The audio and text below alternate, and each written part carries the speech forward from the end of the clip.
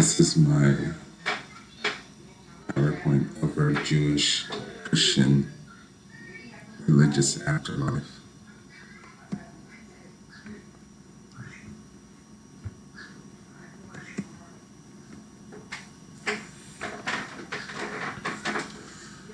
Some religious world stats. Christianity makes up 29% of the world population with 2.3 billion people. It is the largest religion in the world. Judaism makes up 2%, 0.2% of people in the world population, and it is 14 million people. Jewish burial rituals will normally be buried. The deceased will be buried within 24 hours. There's no embalming if they can avoid it. They only use wooden coffin, no nails. Traditional Jews do not put the body on view. Families or same-sex friends normally wash the body after deceased. The body washing is a ritual process called tahara. The body is dressed in a shroud sewn by friends. The society or the community of Jewish people normally provides a service of a funeral for free to members of the community.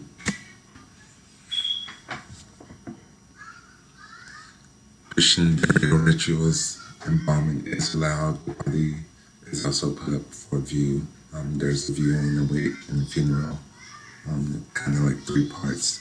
Funeral homes are used to cover the services of a funeral as opposed to the community during the service.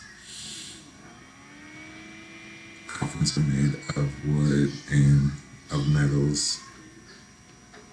The funeral service is normally about around 2 hours. After funeral services, the family typically eats a meal together.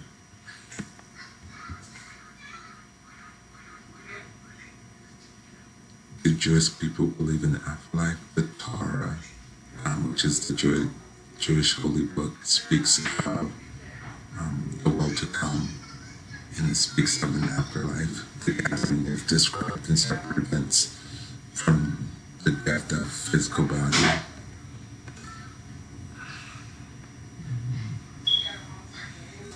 Jewish religion doctrine talks about the world to come, where souls go.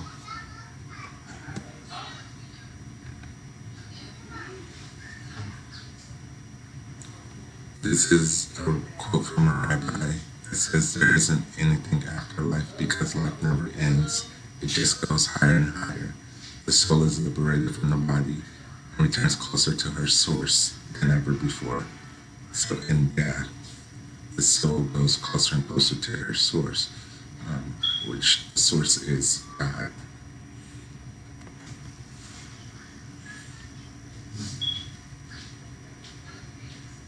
Yes, Jewish people believe in the afterlife. They speak of it as the world to come.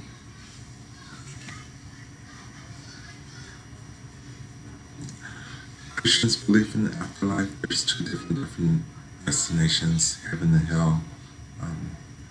The hell it's spoken throughout the Bible.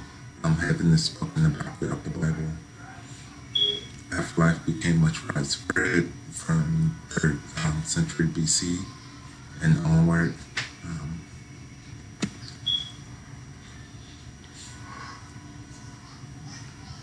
When the Old Testament books, they talk about the afterlife. They give pretty grim pictures of hell throughout the book. Hell is used as a scare tactic in a lot of Christianity religion today. And so it's one of the things where pastors will say, "Hey, if you don't believe in Jesus, you're going to go to hell. So come and give your life to Christ so you can be saved from hell." And so it's a scare tactic used that way, which shouldn't be.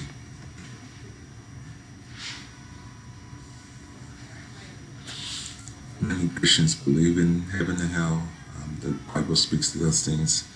Christians who believe and accept Christ as their Lord and Savior believe that they're going to go to heaven. When a Christian refers to the future, he talks about heaven and hell. And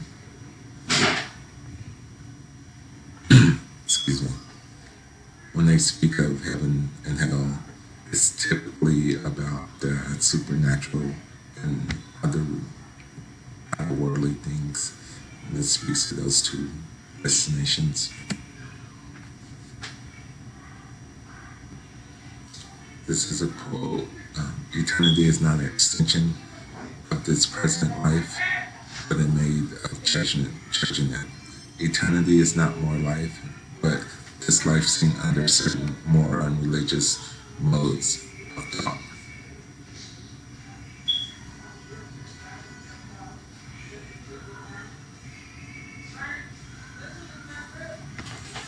This is another quote for most Jews that life becomes a natural expectation that change is obvious in the Book of Wisdom that Christians find in their own Bibles, in which dates to the 1st century BCE.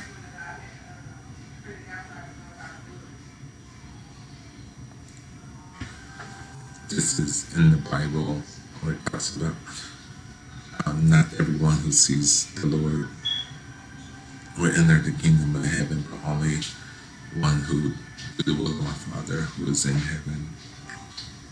This speaks of Jesus being the only way to heaven for Christians.